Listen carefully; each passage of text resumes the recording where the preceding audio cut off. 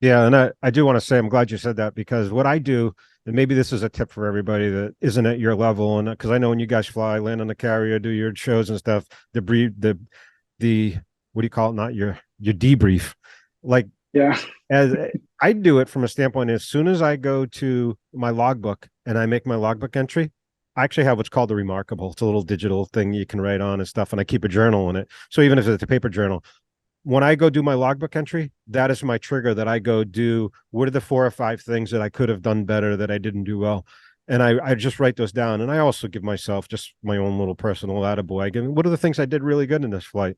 And I log that. But more importantly is if I keep saying the same thing over when I go to my logbook entry that, my speeds are off on my approach again. I didn't have my gear down in time again. When I see that 2 or 3 times, that becomes a trigger for me that I go, I have to go deal with that. I'm going to go with my instructor. I'm going to get a check pilot, which I just did. I literally did exactly this because I felt like my approaches just weren't right. I was going through the approach a little bit, coupling the ILS, and I'm like, either there's something wrong with the airplane or I'm doing something wrong because it happened 3 times in a row.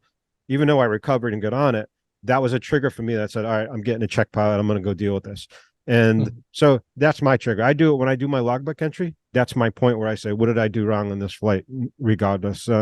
I know you're used to that. That's your whole life and your career. But as just a general aviation pilot, I don't think people do that enough. I think they come home, Yeah. they push their plane in the hangar, put their logbook entry, and they go have dinner.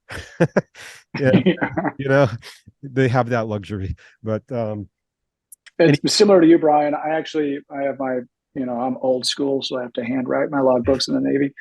And I would actually asterisk the end of the flight if I had an emergency or something that was, I say spectacular, but something that sticks out in my mind, like hit by lightning, engine failure, ripped a radar off, had a tire blow, put a hole in the airplane, hit the all bird, the above. whatever, all the above. I would star at the end of the flight so I could look at it down the road and be like, oh, yeah, that's right. Oh, yeah, that's right. And I actually looked back a couple months ago. I went through my logbook. I looked at it. I'm like, I got a lot of asterisks. So it doesn't Are matter you what bragging? you're. Well, no, it's more of an experience thing because just back to what Dr. Stamp was saying is that there's a mental side and then hey, a mechanical side. You got to get through what you got to get Yep. through, and you know what? The jet, the airplane, the helicopter, the glider, they don't care about your feelings. Exactly. You got to get Gravity doesn't care about your feelings either. So Yep, the piece of K with the ground is going to win every time. Yeah. So Well, we're getting up on time, but I do want to ask you, Dr. Stamp, like one thing I was hoping to really get out of this for people to understand is I talked about the images that got implanted in my brain before the situation. I still remember to this day. I knew exactly not only where the windsock was, but I remember how ragged it was and it was old and it was actually fraying. I remember seeing the 4 or 5 puddles. I didn't cognitively write that down. There was 5 puddles, but my brain somehow had those pictures, and those pictures are still in my brain. And all of that stuff happening made me make a different decision. But I wanted to somehow get people to take away from this the difference between if you didn't do all that with the situation. Like, what did my brain do? How did it process? okay. Why did that all happen and help me make that decision? Like I said, and this is very important from the very beginning, I said your brain is not a storage device, it's a processing device. And what it processes is it processes 3 things we call pattern recognition, has 3 parts, 3 C's: context and the consequence. And then what it does is it tries to knit a connection between what the context of the moment is and what's the consequence of the moment. And that's why you have pattern recognition. So here's the thing. Because you've seen many other windsocks, the fact that you took a glance at it, your brain instantly went, that's a windsock. It didn't go, that's a water tower. Right? If a windsock looked like a water tower, you'd be screwed because you'd be like, is that a windsock or is that a water tower? And that takes 3 seconds to process. And in your fighter pilot world, 3 seconds could be the difference between mountainside and not mountainside, right? So I love that fact that if you fill up your brain with tasks that are inessential because you're trying to memorize, recall that analog process of look at it and recall it, what you really did is this natural, wonderful part called pattern recognition, which is why certain people see things and invent a solution, and certain people see things and walk right by it and never even know it was there.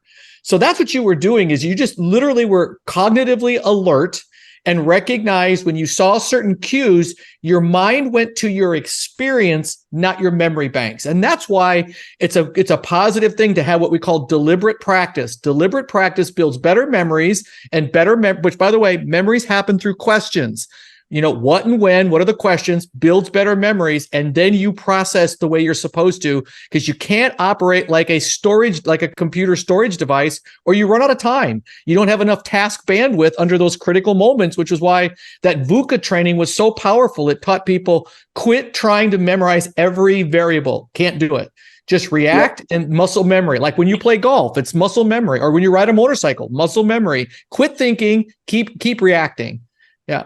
Yep. Yeah. So one thing that we'll do on top of that as well is, so I don't know what a lot of our pilots do out there, but in the military, we'll fly with our knee board. We'll have our little tiny knee board card. We will do exactly what Dr. Stamp is saying. We'll do what's called shorthand. So we'll just take a little tiny note on something. We'll be like, hydroplane, cool, sweet. We'll just go fly, do our things, hot brakes, whatever. Just something that will give us a memory aid in the debrief, because the last thing you want to do is write this paragraph while you're flying real time.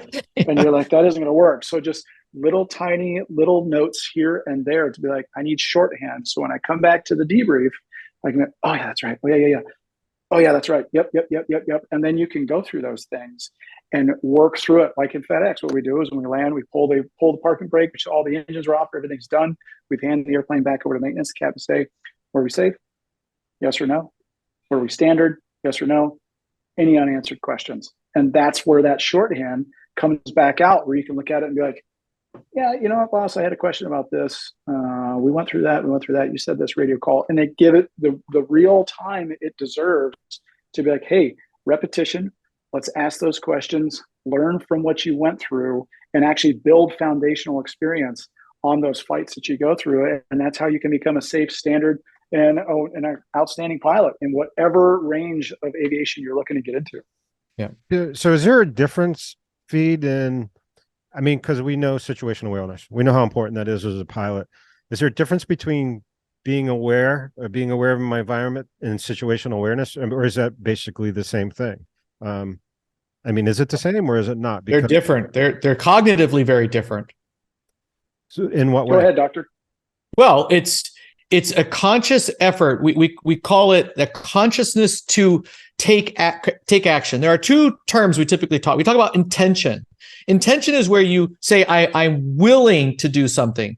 But volition is what you're talking about. The difference between situational awareness and just understanding what's around you. Volition is, I know what's around me so that I have the freedom and the agency to have an outcome. I can direct the outcome. That's situational awareness. If you're just absorbing the afternoon sitting on your deck, yes, you're aware of the birds flying and the sun shining. But that's different than situational awareness says something's in motion and I have enough agency to be able to go, I will take action and take volition, as opposed to just simply desire to want to do something. Now, I'm curious, Feed, when you have students, I bet it's hard in their early, when they're still novices, to go, do it. Don't think about it and sit back and watch it and say, when that happens, someday I'll do it. I think you probably could filter good early pilots and maybe better early pilots by just how well they go, let's jump on it. Let's go try it. Let's go train on it. Let's go experience it. Because that agency, you need that confidence in that agency or you won't grow. So that's the difference between just being aware and situational awareness. Yep. Said simply, doctor, back me up if I say something dumb here, but Brian, to answer your question from a dumb pilot speak is to say, you know what, to have situational awareness of surroundings and this and that is to be in the cockpit and be like, oh man, look, oh yeah, I know that down. That's this, that's that, and have no clue what's going on in the cockpit. So you have situational awareness of knowing where you're at, and you can have spatial awareness to be like, cool, sweet, man, that's so awesome. And not even know or have the situational awareness of what your airplane is telling you, whether a needle's starting to go or whether your battery's starting to fail or something like that. If you've got the SA to have that, to look out and be like, oh man, I know where I'm at, you better have enough SA to know what's going on with the airplane, whether you're flying into, a bad storm or whether you're going somewhere you're not supposed to. It's great that you may know the geography, but man, you need to really pay attention and prioritize what you need to have SA, right? So first things first, aviate, navigate, then communicate. Tell yourself that over and over and over. And Doc, spot on, which what you just said, you really can tell you can tell the ones that A, want to be there, really want to be there, and they will always be the ones that will lean forward in the straps, as we like to say in the military, and just be like, hey, look, man, yes, sir, yes, ma'am, I've got that for action. You actually see them taking notes in the debrief because they're like, hey, man, you screwed that up today. Roger that, sir. I'll work on that, and then you see them again on the next flight, and you fully expect as an instructor that, hey, remember when we talked about this? Let's hope that you actually took that to heart, studied it, worked on it. And it may not be perfect. It's probably not going to be perfect, but at least you've shown some type of improvement that says, all right, that guy, that girl, they're willing to learn. They're actually making steps towards improving their career, which is all you can ask for as an instructor.